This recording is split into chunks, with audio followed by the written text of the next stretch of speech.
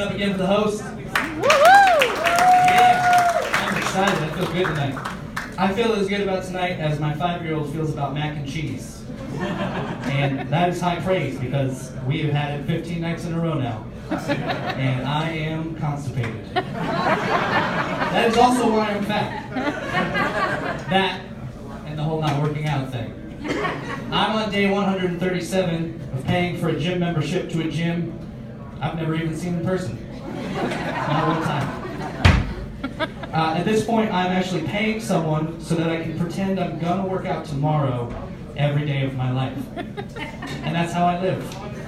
I knew it had been a while on Sunday because someone was like, hey, it's daylight savings time again. I was like, again?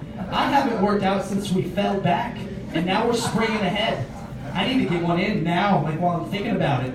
And I don't want to brag or anything, but I worked out for like an hour and 2 minutes. Yeah, it was like 1:59 when I started. It was 3:01 when I looked up. I was like, I am hitting it hard tonight. I'm gonna need to slow it down. I'm gonna pull something. I can tell from your faces that a lot of you are like, why does he work out at 3 in the morning? I'll tell you why, because I work out in the nude. Because I like to see the results as they happen. In real time. You just do a few push-ups, you stand up, go check in the mirror, and you're like, huh, look at that. The shadows under my man boobs have gotten just a little bit shorter. And that's progress right there. A few more of these crunches and it's going to be high noon, according to my male titty sundials. I don't know what kind of watch you have.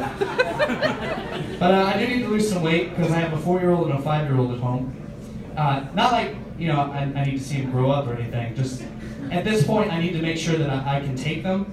Because honestly, it's kind of up in the air right now. Because they are crazy. My wife said to me the other day, she was like, do you want to be 6 feet underground when your daughters graduate high school? I was like, listen, babe, you need to understand that this is a horrible pep talk. Because now all I can think about is how peaceful that sounds. Because, let me tell you, I live with a wife and 2 daughters in my house.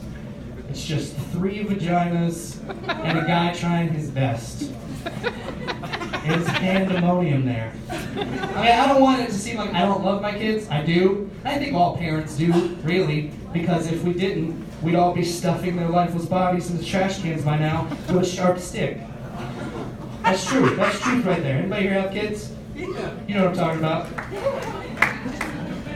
But you know who that love doesn't transfer over to? Strangers' kids. Not at all, especially in public. The other day, my daughter's school had a fundraiser at a Chipotle, so we went, because Chipotle. But what they didn't tell me was that all the other parents and their kids were going to be there too. Thanks a lot, Chipotle. Couldn't have sent me an email or something, a heads up. And because they didn't, I charged in willy-nilly to Dante's Inferno with burritos. It was hell on earth, you guys. It was just crammed wall to wall, shoulder to shoulder. These tired-looking parents and their bouncing baby snot bags, reaching up to me with their little sticky hands like a zombie horde that's been gripping candy canes too tight all night. It was awful. And as I'm looking at all the parents over there, I'm like, look what we did, you guys. Look what we've done. All right, we gambled with Mother Nature, and we lost.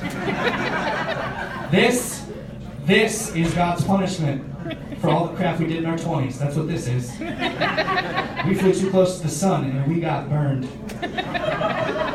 But there's always a positive side to everything. I want to instill that, because if not, we couldn't survive this life. So I'm halfway through the line at this Chipotle, and I realized the silver lining for my night, and that is watching the faces of all the people coming through the door that were unfortunate enough to pick that Chipotle for dinner that night.